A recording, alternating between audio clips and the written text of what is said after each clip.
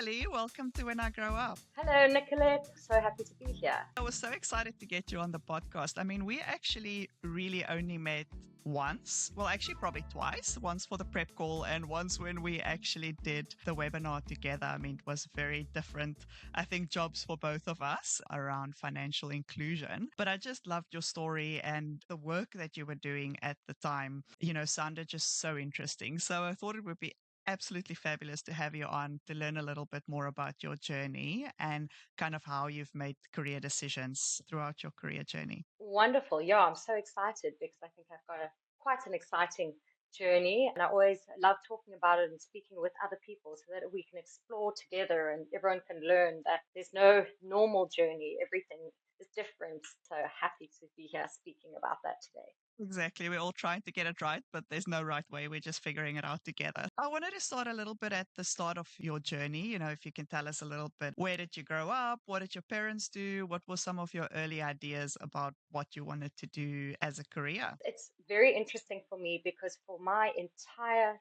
childhood until about 16, 17, I wanted to be a doctor, and not just any doctor. I wanted to be a maxillofacial surgeon. So I wanted to do reconstructive surgery. I knew exactly where I wanted to go and what I wanted to be and where I was going to go to get there. And then suddenly I kind of had a shift in my view on what I wanted to be. And I suppose the background to that is that I grew up wonderful parents. My mother is a psychiatric social worker. My father is a doctor and had grew up with brothers, grew up with an aunt, a social worker, an uncle, psychiatrist. So grew up in a very medical family. So was very exposed to that. But I think that shaped me a lot. But then I started getting into a more creative side. Thought maybe being a doctor is not what I wanted to do. In my early years, I then changed and thought, let me go and look into fashion. So for the last 2 years of high school, I didn't focus on getting the greatest grades because I was going to be a fashion designer instead of a doctor, which is a very interesting start to life and gave me an opportunity because I went off to Stellies, Stellenbosch University, and studied fashion design, which is completely different to what I'm doing now. But the thing that it taught me, first of all, was number one, I do not want to be a fashion designer. And number two, it gave me the opportunity to learn a more creative side to myself, which I think has helped me so much in later years. That started off my journey. And then once I'd realized that I wasn't going to be a fashion designer, that's when I kind of looked around and said, well, what do I want to be? And how do I want to be in this world? And that's where I started then looking at the helping professions and went down the same path as my mother and my aunt and studied social work. So qualified as a social worker, which was really great. Went and did a stint overseas, as everyone does, working on a ski resort. Came back and started working in an HIV/AIDS organization in Cape Town, but working very much in Khayelitsha. And that was kind of pivotal for me. That was really an important turning point also in my career because I realized that I do come from a privileged background. I come from a lot of opportunities, a lot of support growing up. My parents really encouraged me to do what I wanted, what I could. They funded my education. And I realized being a social worker that me working in the townships, no matter how much empathy you can have, I will still never understand what it's like to be born into such extreme poverty and potentially have HIV and AIDS at that stage. Those were the people I was working with. I could try and have this empathy, or I could use the position of privilege that I have and study higher to go up and say, okay, how do I actually change from the top? And so that started a whole other journey. And now we're talking, must be just under 30, looking at career changing again. And I was like, well, how do I now bridge this gap? And my dad said to me, he's like, look, you should go and do an MBA. I love this perspective, and it's actually one that hasn't come up yet around. Well, of course, privilege comes up. A lot of us working in the impact space are incredibly privileged.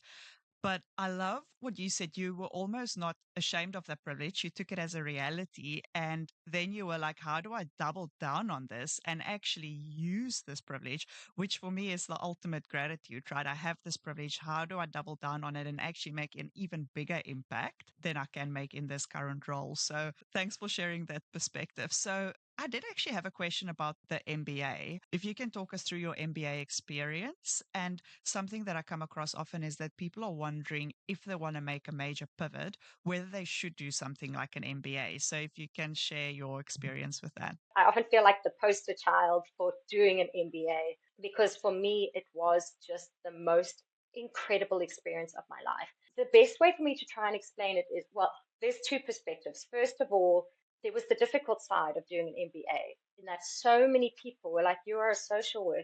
You can't do an MBA. You won't get in. You're not good enough. Now, for me, when someone says you can't, I just sit there, rub my hands. I'm like, let me prove you wrong. I always see it as a challenge. Look, it's never great that people do that, but it's because people come from a different perspective, you know. But it was a big challenge in the sense that it was studying for things that I'd never done in my life. So suddenly I'm doing finance, I'm doing marketing, I'm doing business skills, all of these different courses. I've never done any of them. And for me, the MBA was outstanding because, as I mentioned, I'd never done a single one of these courses before. So I was like a sponge in there.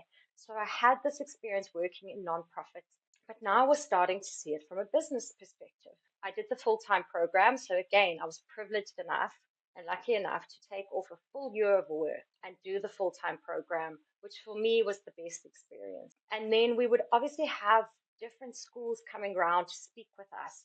And Yale University came through and they were talking about a new course that they were doing called the Master in Advanced Management. So it's a post MBA program for specific schools around the world. Now, I didn't even go and speak to them because I was like, look, I'm not a Yale person. I'm not that smart. I'm not that great. I could never get in. Wasn't even on my agenda. When one of my classmates phoned me and said, Philly, I've just met with them.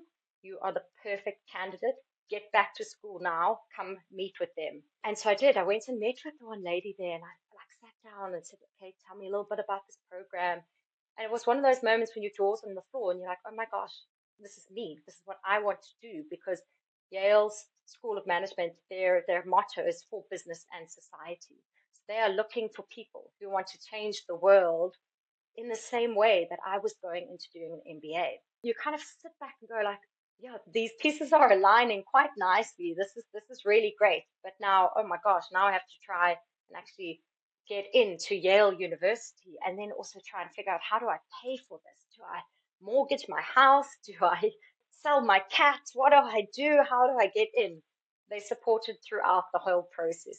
That was amazing. And I think the difference there is that the MBA is like what I call topsoil business. So you're learning a little bit about everything, all the different elements of business. But then the Yale degree was like digging down your roots. So I was able to specifically focus on nonprofit management, social impact, social innovation, working with social enterprises, and really go down into the core of who I want to be and what I want to do. That's fantastic. And now I can actually see how it all comes together. And without jumping the gun, also some of your later experiences. The Yale experience, I think also again, in retrospect, you can't imagine that this would happen because, you know, I went there in 2016, which was the year of the elections. My plan was to go to Yale, to then get a job in America, to work there, get experience. I always planned on coming back because I always wanted to come home, but I wanted to have a longer experience in the country. But of course, Trump got elected as president, and that's a whole different podcast for another day on how that experience was for foreigners. But one of the things that it did do is it really closed the doors for foreign people wanting to work in nonprofits. So I didn't have many opportunities to try and extend my work there. So it pushed me home. I won't say forced me home because I could have gone somewhere else, but it pushed me home. I came home, but I always like to say I'm very mission driven. So I know what I want to do and how I want to work. And I'm very focused on making sure that the work that I do has impact and social impact and has the ability to help other people. Because as I say, that's me using my position of privilege to help others that are less privileged than me.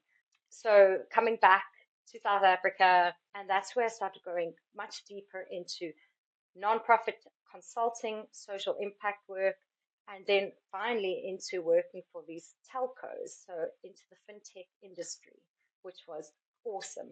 It started with me saying, what do I want to be? Where do I want to put myself? So I know that I want to work within social impact.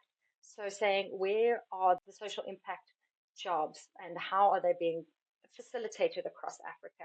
And that got me into, my first kind of mobile tech company job, which took me all across Zambia, South Africa, Malawi, and really acting in my role there as the social impact manager. So that was the starting point, really, for me of saying, great, okay, I'm working with huge funders like multinational funders to try and create change using technology. I love that. And that's such a cool opportunity as well to get, in a company like that that has operations across different markets. And I want to go a little bit deeper into impact because you say you were the social impact manager. And I think a lot of people, wish they could have or searching for more impact or meaning in their careers. And so can you give us kind of like a peek behind the curtains? Like, what does it mean to work on impact? What are some of the things that you've seen that works in that space that doesn't work as a person that is so mission driven?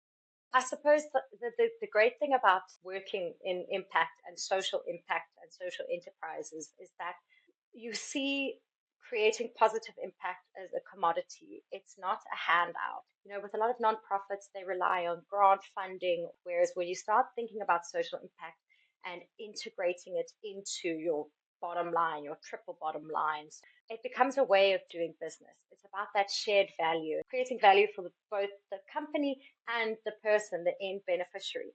And so the social impact element is about integrating impact into everything, every part of the work that you do. And I think that's the thing that's exciting for me is that it's not seen as something on the side. It's seen as something really important and relevant. And we're building products and we're building applications or we're building platforms that are helping people these days. Having moved on from that job, I do now work in a more corporate job and I'm involved more in the corporate social responsibility side of things. But you start seeing how really the scales are turning, and we're seeing people want to see more impact in the work that everyone does. It mustn't be the sideline thing. So big corporates now are spending more money in a meaningful way that actually has the ability to change lives. And you've got a tangible impact from something that's often intangible, but you start seeing it and you start seeing it in the communities. I feel so lucky in that the job that I do, it's not a job, it's a career. It's very fulfilling for me. Can you say something about that impact? Because I think, for people that doesn't work in the impact space that might have interest to do so, where do you see that tangible impact? And then maybe a bit, what is the role that you play in creating that? More tangible examples I'll give you is when I was working in rural Zambia, we were working with another multinational organization to install solar panels on top of these kiosks where you go and send money by phone. Now, what the solar panel did is charge the cell phone, which helped people to be able to trade for longer. But so a smartphone obviously runs out of battery a lot quicker than a small feature phone. By having a smartphone that can be recharged, you could also capture something called KYC, which is Know Your Customer. So people could take photos and load the content up, which gave them access to credit in areas where they weren't able to access credit. So then you're starting to see people get empowered in areas where previously they didn't have access to this, or because you've installed a tangible solar panel onto a kiosk, empowers the agent to be able to help customers. So it's a small feature that then creates more business for the companies selling airtime or doing trading, but it's actually really impacting positively the community by giving them access to the world and access to financing, education, all of that. And then also people can come and charge their phones and devices at the kiosk too. So the communities get more involved. That's a very tangible way of creating impact through some of the programs that we've done. Something that I struggled with a bit in that impact space, especially working more with Western donors and organizations, is it's really hard to take that lens. I mean, it's your upbringing, it's your conditioning, it's, to take that lens away when you go into let's say, an African market in this example. What I saw from with a lot of the, Western organizations is it's like, let's actually get this, let's say, slum in Africa, just to use an example, or community in Africa, to operate exactly the same way as my town operates in Europe or in America. And it's kind of like that logic of going, okay, everyone should live like me. How do we kind of bridge the gap to get there? Whereas the solutions that you're talking about is like super locally relevant. So I guess my question is, how do you deal with that also as a person that comes from privilege? How do you deal with that when you work on these projects and you go into the markets that you're working on? I think the most important thing for me is number one, going into the markets and sitting there and speaking to people to make sure you know what's going on. Working with customers, not from your office, from your fancy city, but on the ground, seeing what they actually need and having them play a role in designing products.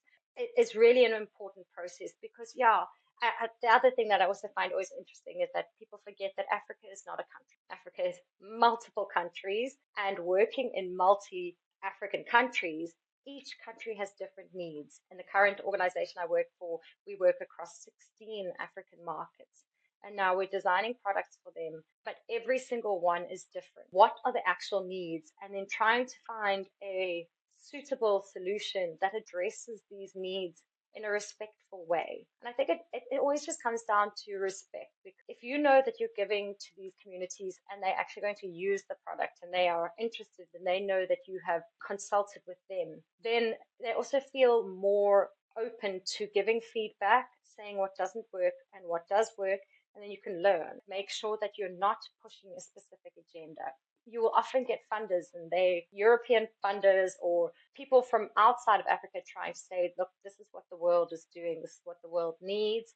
You need to try and do this in Africa. And that's where a lot of problems and a lot of failures happen. Yeah, so you're so right. It's a challenge, but it does make it more exciting. As I said, I love when you have a challenge. Yeah, and I love that it comes down to respect. It's different markets, different nuances, and you actually have to be there and be there with curiosity and respect. I want to segue a little bit because I had a question for you around the type of roles that you took on. And I've noticed that a lot of them are contract positions, which is something that I personally find really interesting because it's typically shorter term. There's a conclusion, there's an end date to it. You can move on to the next thing. But it's also, of course, quite challenging around the business development and all of that sorts of things, continuity, security, etc. So I just wanted to learn from you kind of, is that a conscious choice or did it just kind of happen by chance? And for people that might be in a full-time employment now that might considering doing more work on a contract basis, what are some of the considerations been?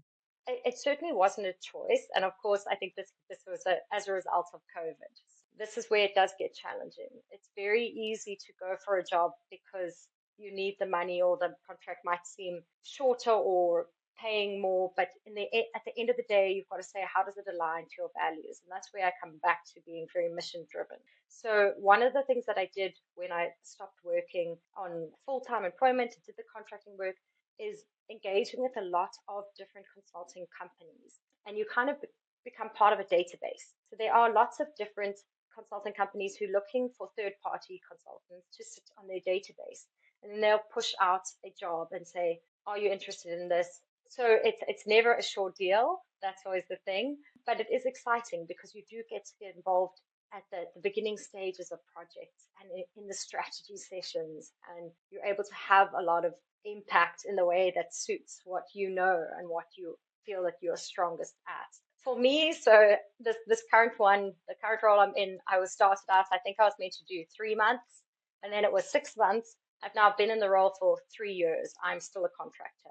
It has worked out that way for this job, but of course, there's always going to be time to change. It's not a permanent role because it's coming to the stage where the strategy element of what I've been doing is coming to an end and it needs to go to the implementation.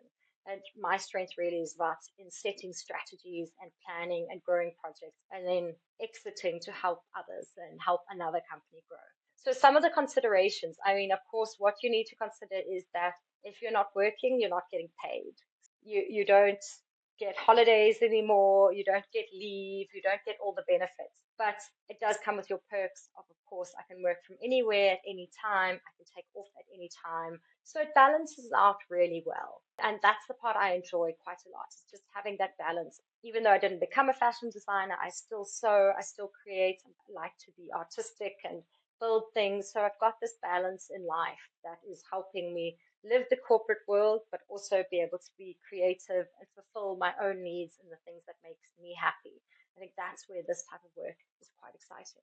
Towards the end there, you touched a little bit on the way that you like to work and what your strengths are. And I wanted to chat a little bit about authenticity because one of the things that we're really focusing on in this podcast is trying to kind of figure out collectively how can we all be more authentic in the work that we do.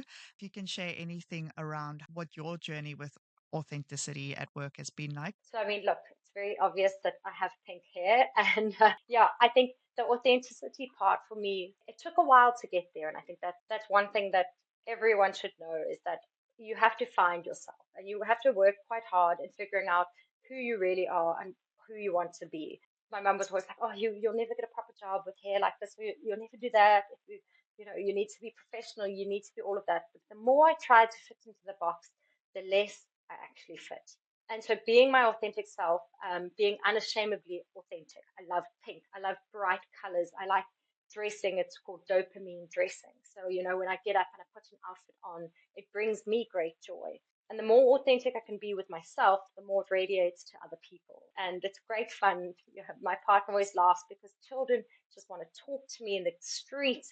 People walk over because I'm so bright and colorful. I think people, if there's no intimidation, and I love it then because you get seen, you get to engage, but it also just makes the world a little bit more exciting, I think. And that authenticity also comes through in work.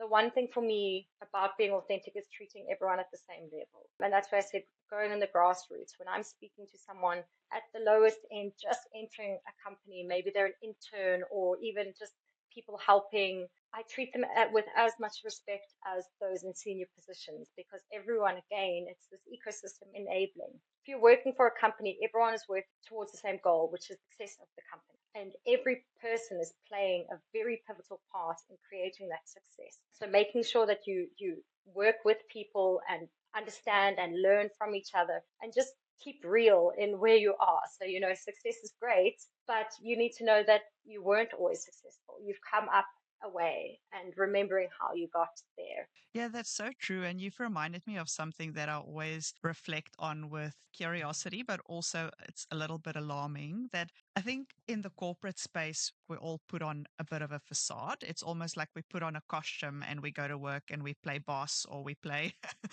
manager or we play, whatever role we dress, even in a suit. I mean, who likes to wear a suit? I'm sure there's people, but not the whole city. And we go in and we put on the costume and we put on the smile and we go play our part and we play our role. Whereas outside of work, we strive not to do that. It's about that real connection. It's about dressing, in a way that feels comfortable and feels like yourself. It's about connecting with people in a way that feels authentic and really searching for that belonging. And I think you touched on something important there. It's like stripping all of that off and really being yourself is what's going to enable you to connect and to find that belonging in the workplace. And I think that's the way that you find the true like work life balance, which is this concept I don't think necessarily exists because you're trying to balance yourself, which is in your life, and then this different persona or character, which is at work.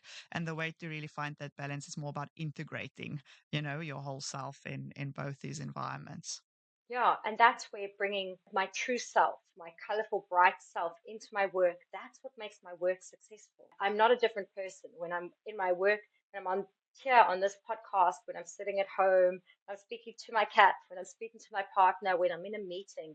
I'm the same Philly all the time. Being authentic like that and just carrying yourself through is a strength. That is the greatest strength. But it does take knowing yourself. And that comes back all the way to that circle of what is your mission? What is your vision? Where do you as a person want to go? And for me, it's very easy because it's about creating impact. We talk about the starfish theory, and I'm sure you know the starfish theory about the man walking down the beach, and there's millions of starfish washed up on the beach. He picks the starfish up, throws it back, picks another one, throws it back. And this guy comes up and says, "What are you doing? What are you doing?" Like, you'll never be able to save the starfish. There are too many starfish. Like, they're all going to die. And he picks one up and he throws it back. And he says, I made a difference to that one.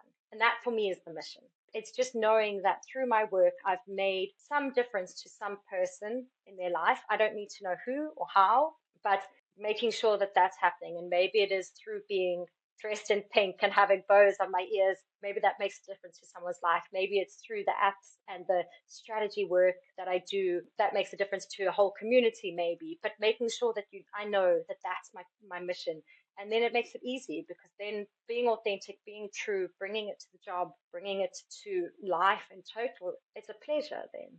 It's hugely inspiring. And I don't know if this is too hard of a question, but for other people that want to really get there in their journey, what would be your advice?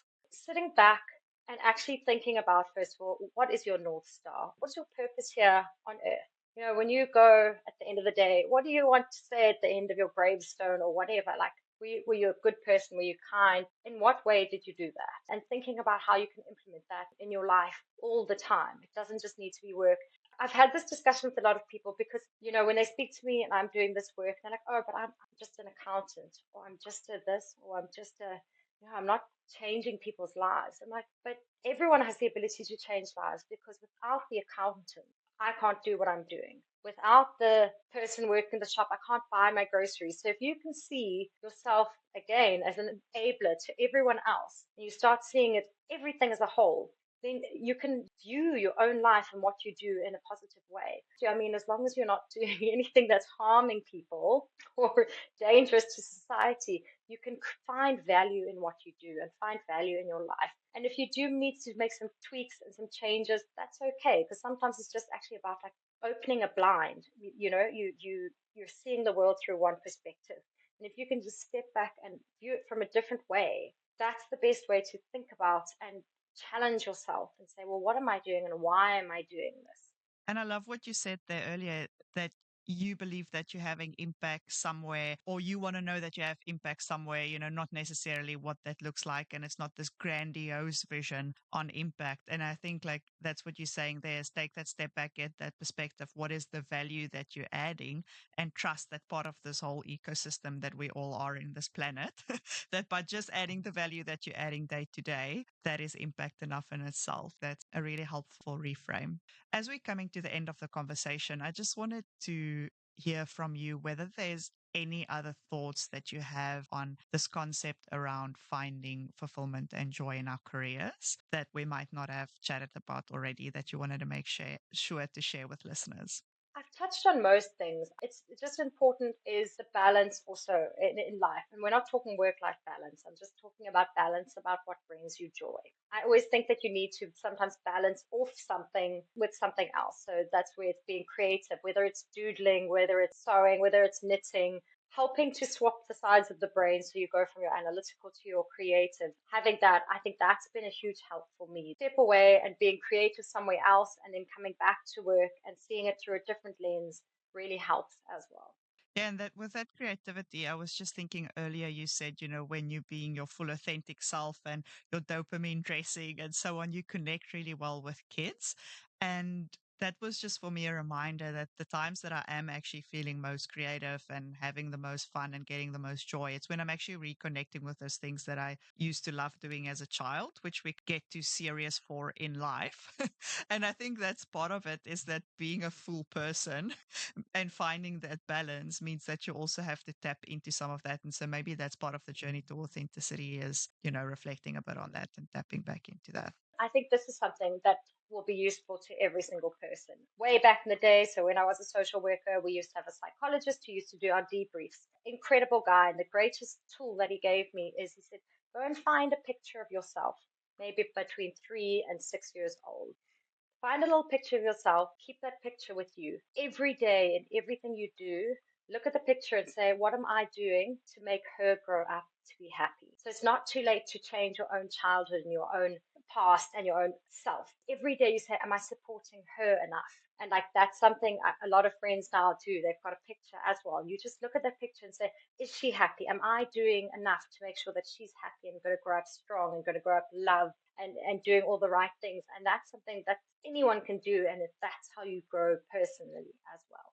Amazing. I'm going to start doing that. That sounds super powerful.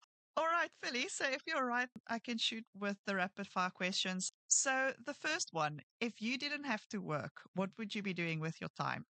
Halfway between sewing clothes and doing bizarre taxidermy. So yes, so those are some of my side hobbies is learning taxidermy and sewing. So I do blend the two and I make little dolls from animals that have died from roadkill or all of that. So would love to spend more time crafting and doing something like that. Oh my God, what a cool hobby. Love that.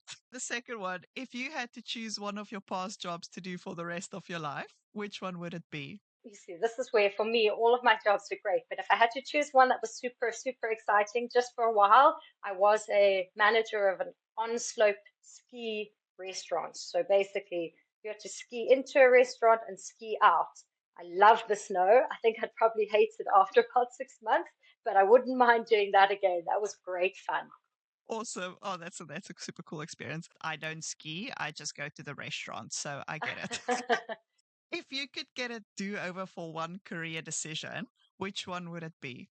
I wonder what I would have been like as a surgeon. I had to drop science to not had to, I chose to drop science to take home economics instead to do fashion design. So one do over would maybe be still doing a little bit of medicine and combining it with my career. I don't think I would ever be a doctor who would sit in a surgery as such, but it would be interesting to have that medical background to do the work that I do. Fourth one, if you could go back in time and give your younger self one piece of career advice, what would you say? You're doing everything great, just say yes, I'd say. Don't worry about what's going to happen. Just make sure that you're having a good time because I think from my own career path, I've realized that it's never too late to do anything. You can change at any stage. So just say yes, just have fun and keep learning. All right. The last one is just for you to complete the sentence. So the start of the sentence is when I grow up. When I grow up, I want to be the best version of myself that can give the best version of other people to themselves. Oh, that's beautiful. And oh my God, you're so well on your way there if you feel like you're not already there. You're such an inspiration, Philly. Thank you for sharing your story. I always say that people that have the biggest impact have an impact simply by being who they are. And I think that you and your story is such a testament of that. So thanks so much for sharing. Appreciate your time and thanks for coming on the podcast today. Thank you so much for having me. It's been such a pleasure.